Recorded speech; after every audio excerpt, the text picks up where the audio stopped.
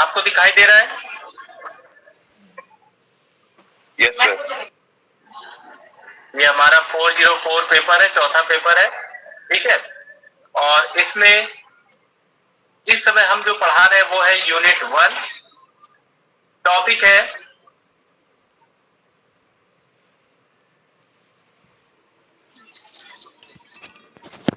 solution of LPP using graphical method। LPP का graphical method से solution, इस पर हम लोगों ने पूरा एक क्वेश्चन सॉल्व किया था। क्या हम लोगों ने उसको पूरा फिनिश कर दिया था आंसर के साथ? No sir.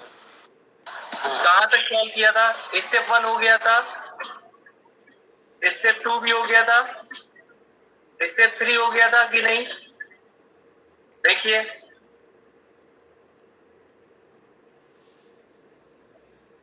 कापी पे इसको लगाते चलिएगा। स्टेप 3 हो गया था कि नहीं?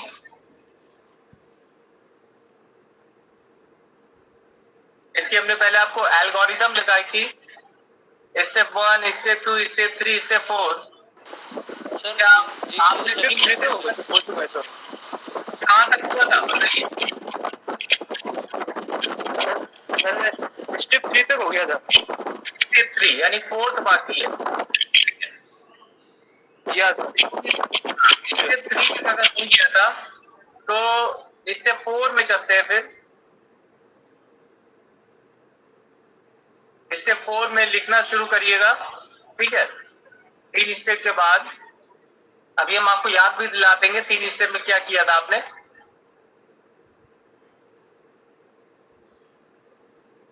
नाउ फाइंड द, स्टेप 4 यहीं से स्टार्ट होगा।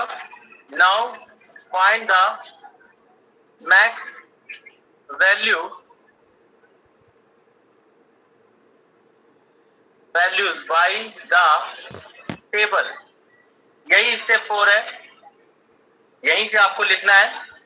अब हम मैक्स वैल्यू निकालेंगे टेबल की, और इसके लिए हम सही में एक टेबल बनाएंगे, ठीक है, उसी क्वेश्चन के लिए।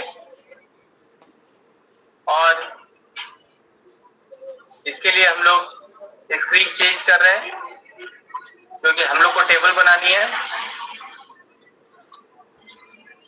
और सबसे पहले आपको दिखा देते हैं कि जो आपने किया क्वेश्चन में वो क्या था।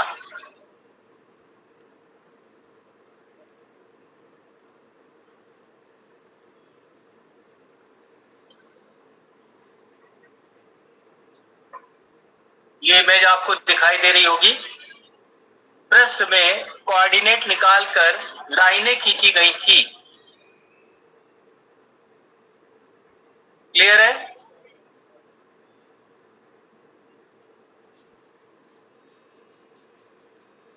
सभी को क्लियर है ये? यस। कोई डाउट हो तो पूछिए पहले, जो चीज ना समझ में आ रही हो।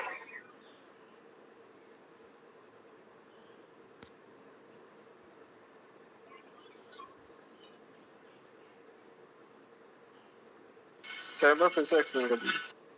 हेलो, आप बताइए। सर सही बात, फिर से नहीं एक्सप्लेन किया था ये क्वेश्चन। अच्छा, रिमाइंड करा दें, ठीक है। एक्सप्लेन नहीं किया क्वेश्चन, केवल क्वेश्चन बताया था। ये क्वेश्चन में सॉल्व करवाए थे कि नहीं, ये बताओ पहले। नहीं करवाया था सर, सिर्फ क्वेश्चन लिखवाया था आपने। क्वेश्चन लिखा दीजिए, फिर उसके बाद अच्छा, आपने कहा था नेक्स्ट मतलब क्वेश्चन क्या क्वेश्चन लिखवाया था, क्या आप बता सकते हैं? Sir z equals to 5x plus 3y maximise करना था सर।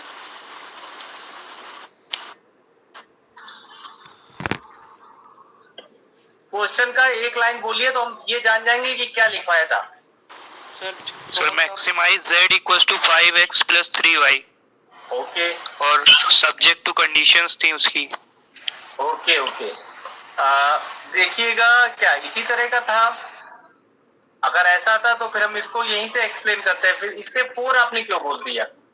स्टेप 4 में हालांकि टेबल बनाते बात सही है, ठीक है।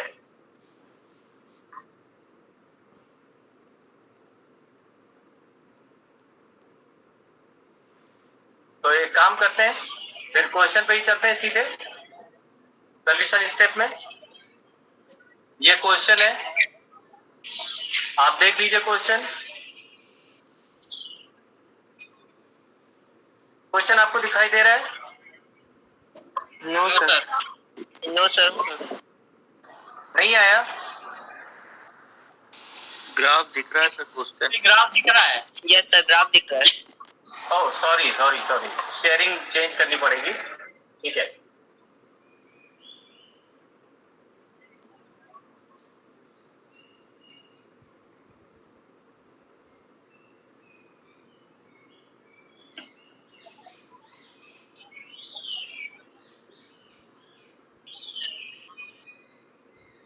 अब दिखाई दे रहा क्वेश्चन? यस सर, यही था क्वेश्चन। Yes sir.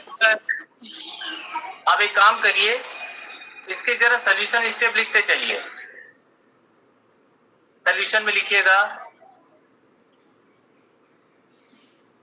अगर आपने नहीं किया है तो कोई बात नहीं, फिर से बता देते हैं। सॉल्यूशन है,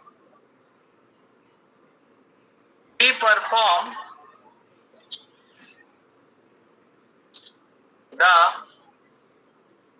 perform the following steps. We perform the following steps to solve the LPP by graphical method. ठीक है क्लास? ग्राफिकल मेथड के लिए कौन कौन से स्टेप हैं देखते हैं। Step 1,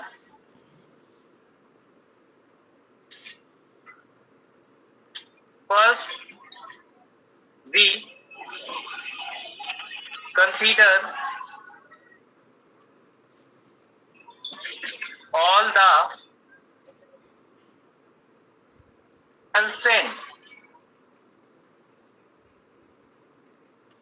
as equality. पहला स्टेप है, तो स्टेप में क्या मिलेगा? Then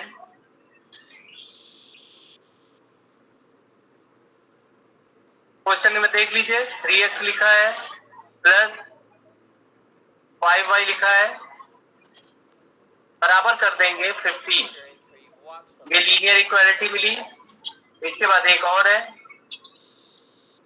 2x plus 5x plus 2y लिखा है इक्वल टू 10। इतना क्लियर है क्लास? पहला स्टेप हो गया। Yes sir. Yes sir. Okay, yes आगे सर। हाँ, कोई क्वेश्चन तो नहीं मन में? सभी को क्लियर है? Yes sir. ओके, अब स्टेप 2 लिखो।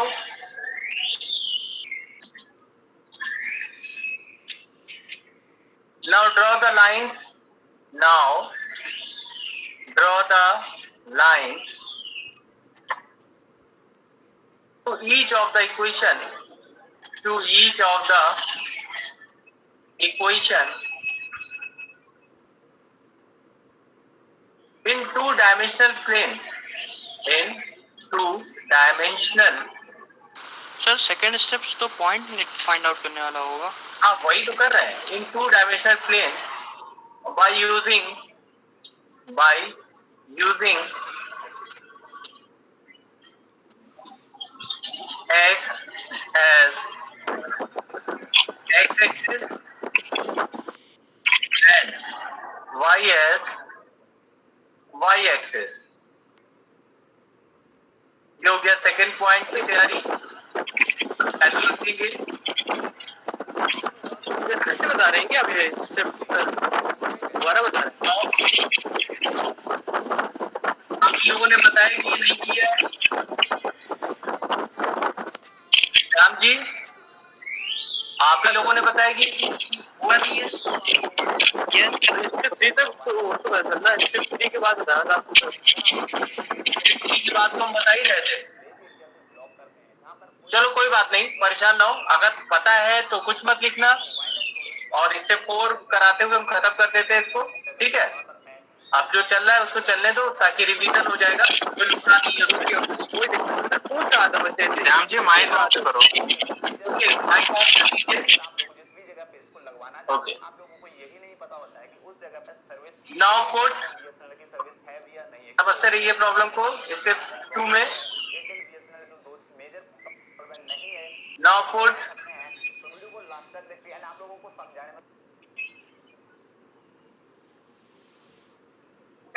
Now putting x equal to 0।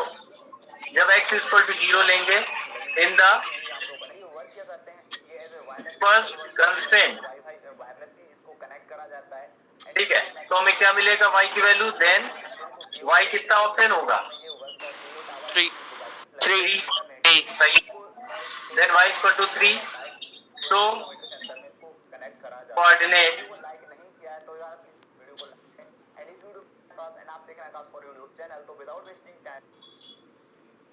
Coordinate इसका नाम दे देंगे एज ए, और वैल्यू बनेगी 0,3। इसी तरह नाउ पुटिंग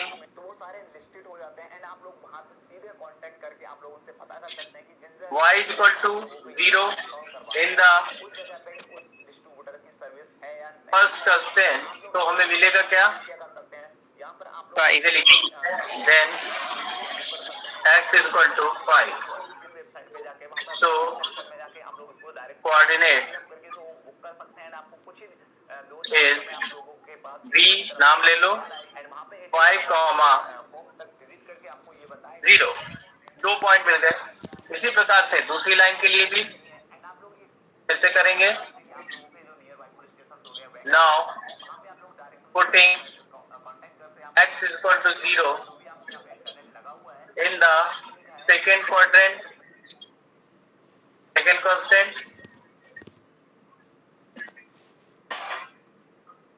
इससे हमें मिलेगा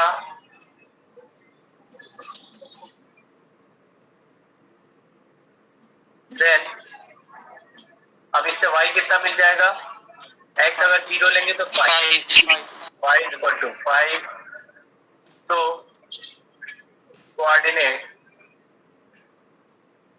इज c 0,5, और अगर हम now putting y equal to 0, तो हमें क्या मिलेगा, देन 2 x इक्वल टू 2, तो कोऑर्डिनेट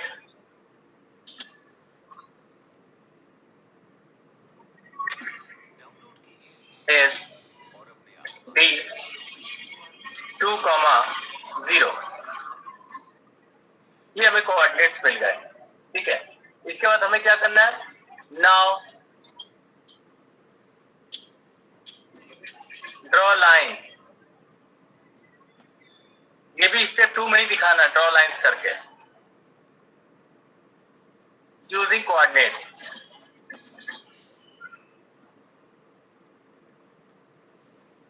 इसके बाद लाइन ड्रॉ कर दी है, और लाइन, इसकी लाइन आपको कहां मिलेगी वो आपको पता है, फिर भी हम आपको शो कर देते हैं।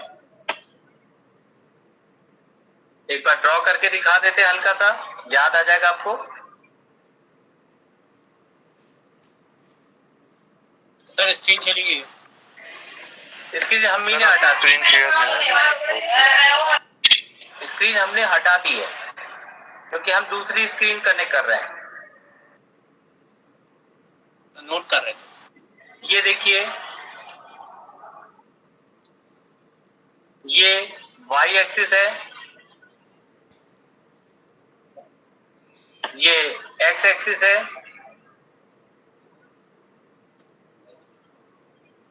एक लाइन के कोऑर्डिनेट क्या थे, 0,3 और 5,0, यही था ना। Yes sir. हाँ, तो देख लीजिए वो लाइन कुछ ऐसी जाएगी,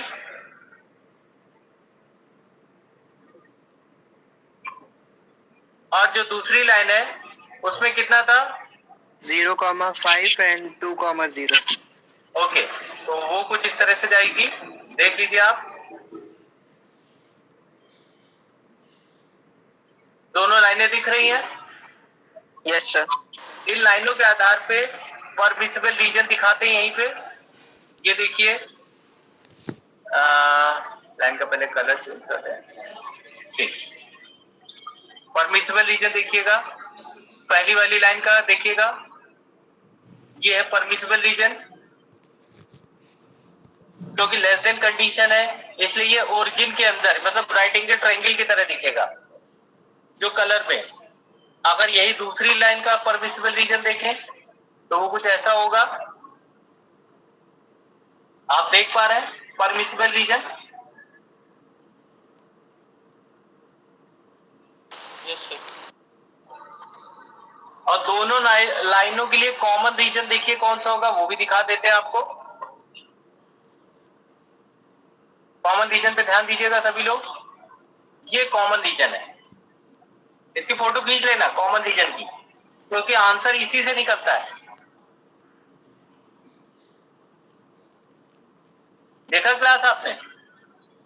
इस कॉमन रीजन में अगर आप गौर से देखें तो आपको 4 जगह कटिंग मिल रही है, इंटरसेक्शन पॉइंट। ओ, ए, ई और डी। इसको हम लोग वर्ड फाइल पे भी देखेंगे दोबारा से। ओ, ए, डी, इसकी फोटो खींच लीजिएगा, काफी हेल्प करेगा आपकी है। तो इन्हीं पॉइंट्स के आंसर से हमें आंसर मिलेगा जेड का। अब स्क्रीन शेयरिंग बंद कर रहे हैं इसकी और दूसरी स्क्रीन शेयरिंग स्टार्ट कर रहे हैं।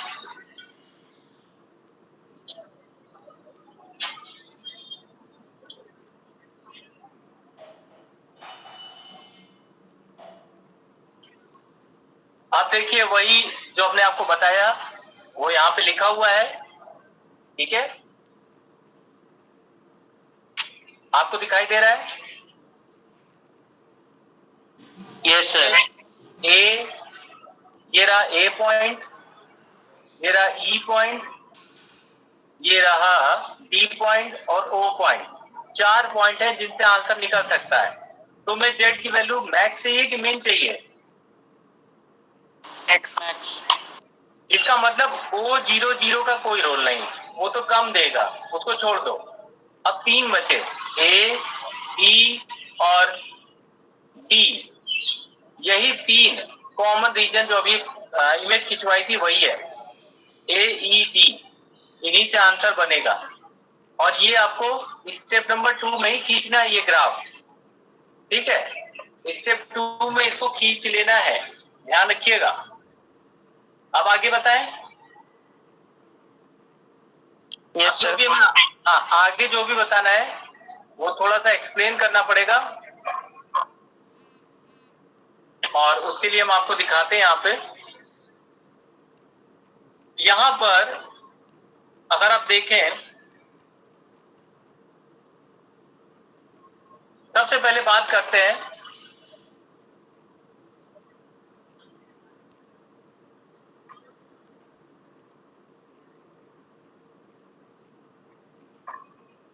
अलग से दिखाते हैं तो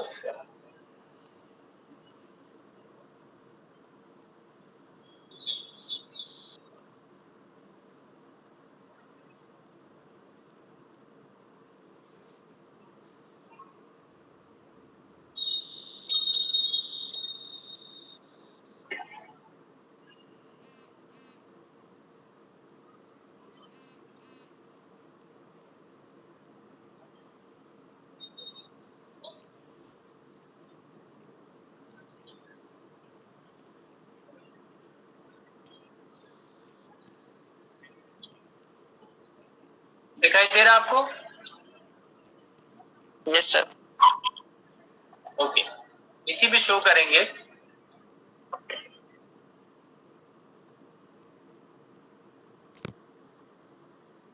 ये y एक्सिस,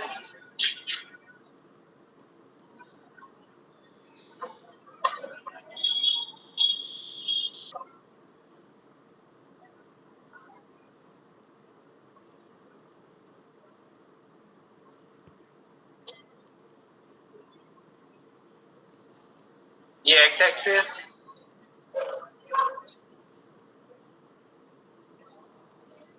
ये एक line, common line,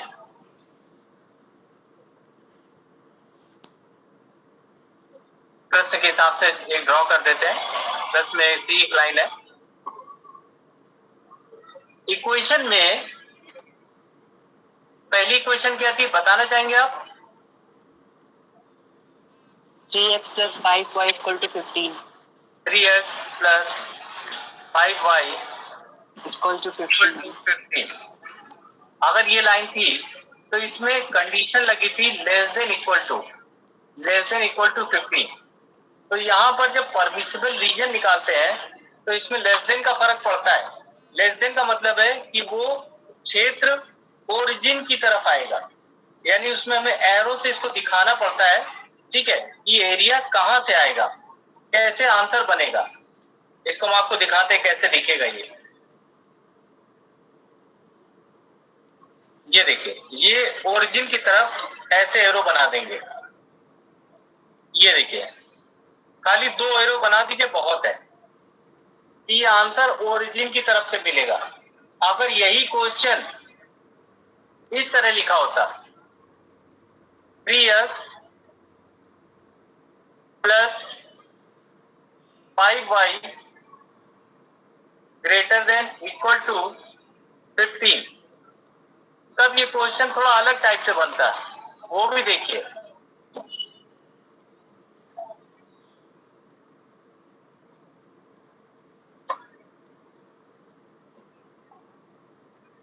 y axis,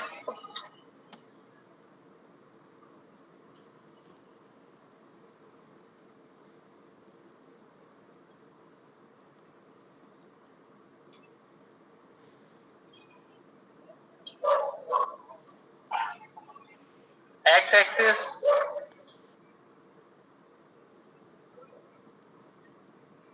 और लाइन।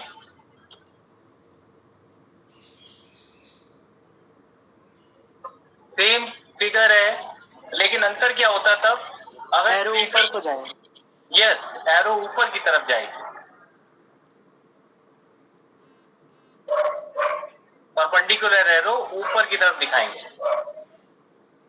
इन एरो की संख्या हम लोग बढ़ा सकते हैं, पर वो आंसर बनाने में फिर मैसी हो जाएगा, उससे आंसर को दिखे ना, ठीक है। किताब में इसी तरह से बहुत सारे एरो दिए होंगे, आपको खाली 2 ही एरो, एक बाहर, बस ऐसे ही दिखा देना सफिशिएंट है, ठीक है। ये रीजन बता रहा है। ये जो इस तरह का रीजन है, ये वाला, ये कहलाता है, मैं लिख के बता रहा हूं,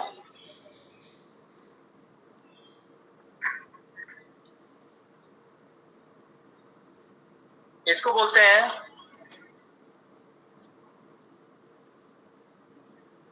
बाउंडेड रीजन। नोट कर लीजिए, बाउंडेड रीजन वह रीजन जो ओरिजिन की तरफ पाया जाता है, वो बाउंडेड होता, बंधा हुआ, सब तरफ से बंद, क्लोज फिगर। और ये वाला क्या कहलाएगा फिर? Unbounded region. बाउंडेड रीजन और अनबाउंडेड रीजन, 2 तरह के रीजन होते हैं। इतना क्लियर है? और एक फिगर आपको और खींच के दिखा रहे हैं इसी की, जिससे आपको पता लगेगा कि एक और शब्द यूज होता है,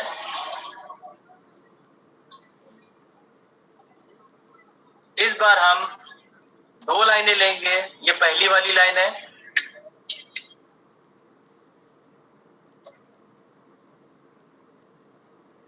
और ये दूसरी वाली लाइन है, जो हमारे क्वेश्चन के आधार पे है।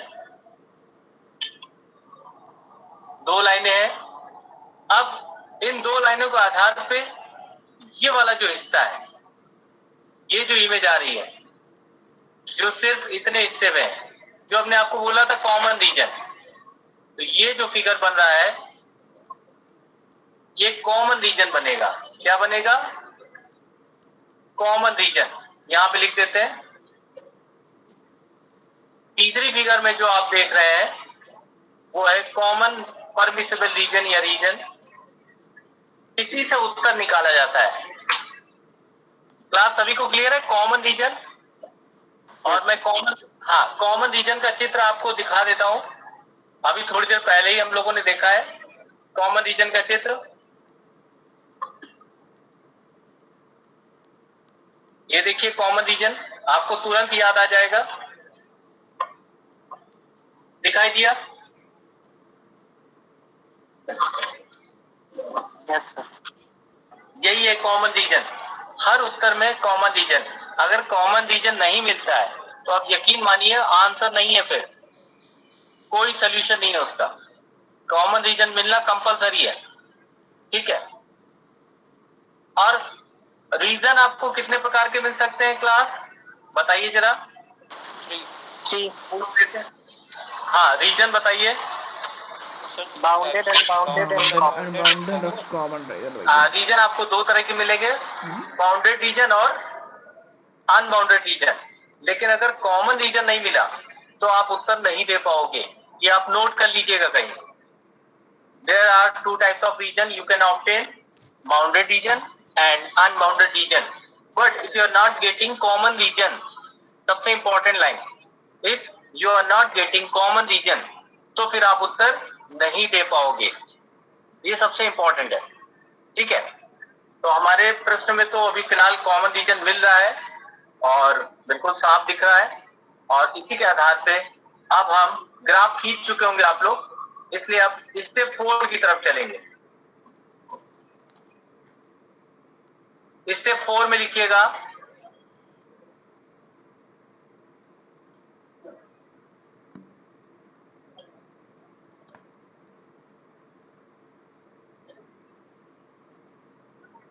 ग्राफ कहाँ स्टेप 2 में।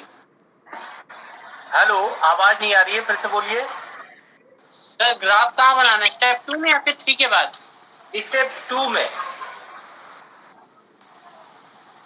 ठीक है। स्टेप 2 जब पूरा हो जाए तो कह सकते हो स्टेप 3 ग्राफ ही है एक तरह से।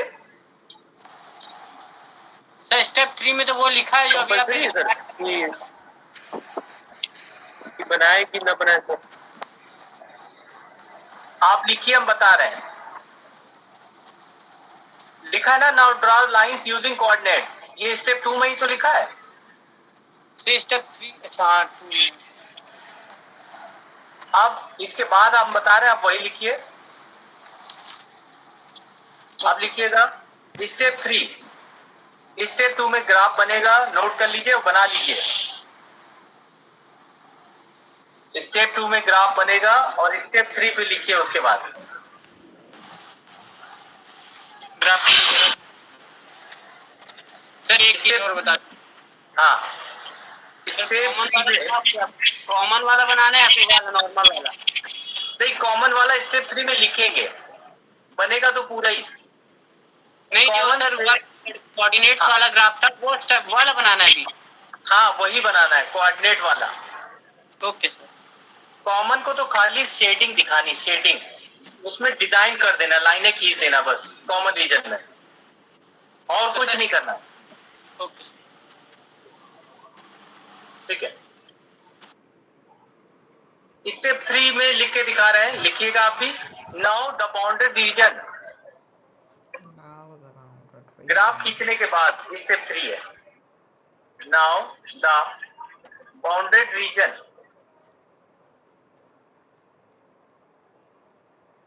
by arrow in the figure is permissible region। अब तो आपको बाउंडेड रीजन पता ही चल गया है। permissible region and we also obtain obtain किया अ पॉइंट ऑफ इंटरसेक्शन,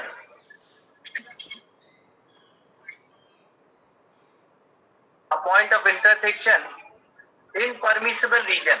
इन, देखो ये है परमिसिबल रीजन, वो पॉइंट ऑफ इंटरसेक्शन ई है और ई का पॉइंट आप निकाल ही चुके हैं। सर मतलब जो कॉमन रीजन है वही परमिसिबल रीजन होगा ना? एक्सीलेंट, बिल्कुल सही। Here the point of intersection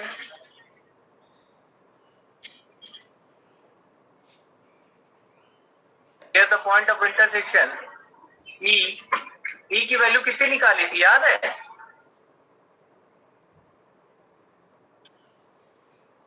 yes sir, E कैसे निकलेगा? हाँ बोलो। 1.05 हाँ 1.05 कॉमा कॉमा 2.36। 2.36, ठीक है। is often using पता रहा हूँ इक्वेशन, और इसमें दोनों इक्वेशन सॉल्व करोगे तब ये आंसर मिलेगा, पॉइंट ऑफ इंटरसेक्शन। इसके बाद स्टेप 4 है, आखिरी स्टेप है, स्टेप 4। स्टेप 4 में लिखिए now find the max values by table. यहां तक कोई क्रॉस क्वेश्चन किसी के मन में? No sir. तो टेबल वाला प्रोसीजर रह गया है, उसके बाद आंसर लिख देंगे, क्वेश्चन खत्म है। इस बीच हम लोगों ने स्टेप 1 देखा इक्वालिटी, स्टेप 2 देखा लाइन खींचना, स्टेप 3 देखा अगर कोई और इंटरसेक्शन पॉइंट है तो वो भी निकालिए, किसका? परमिसिबल रीजन का। अगर है, नहीं है तो कोई बात नहीं, बहुत अच्छी बात है।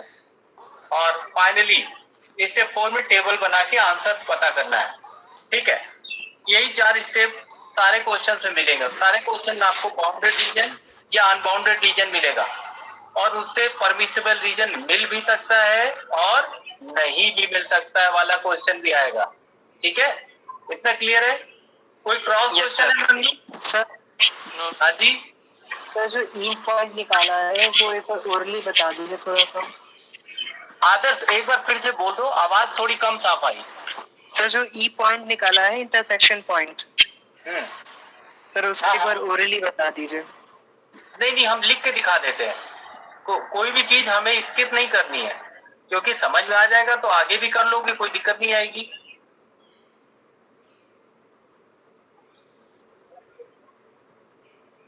ओके, ई पॉइंट के लिए देखो सीन क्या है। ई पॉइंट एक्चुअली नाम रखा है हमने, ठीक है।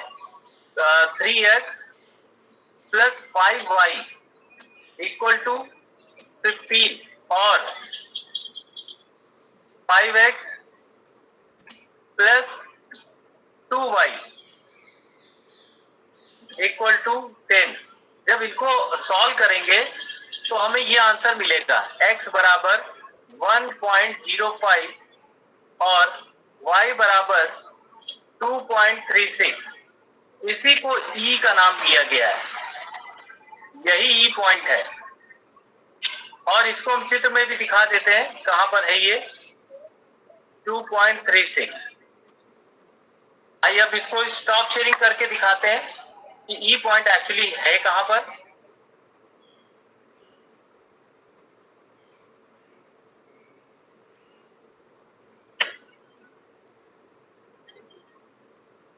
ये देखिए आप, E पॉइंट कहां पर है? अच्छा,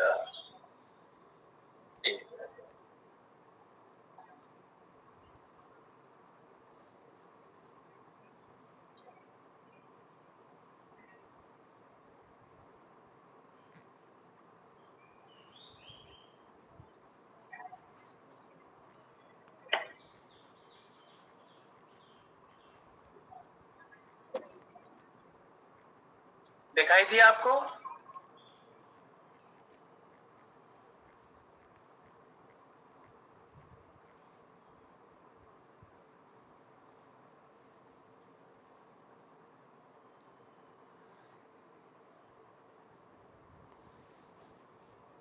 सर स्क्रीन शो नहीं हो रहा है।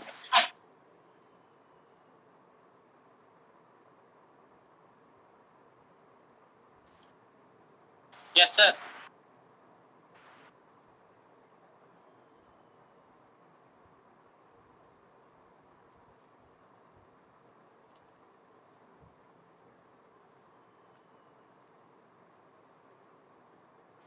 एक्सक्यूज मी सर, स्क्रीन नहीं शो हो रही है।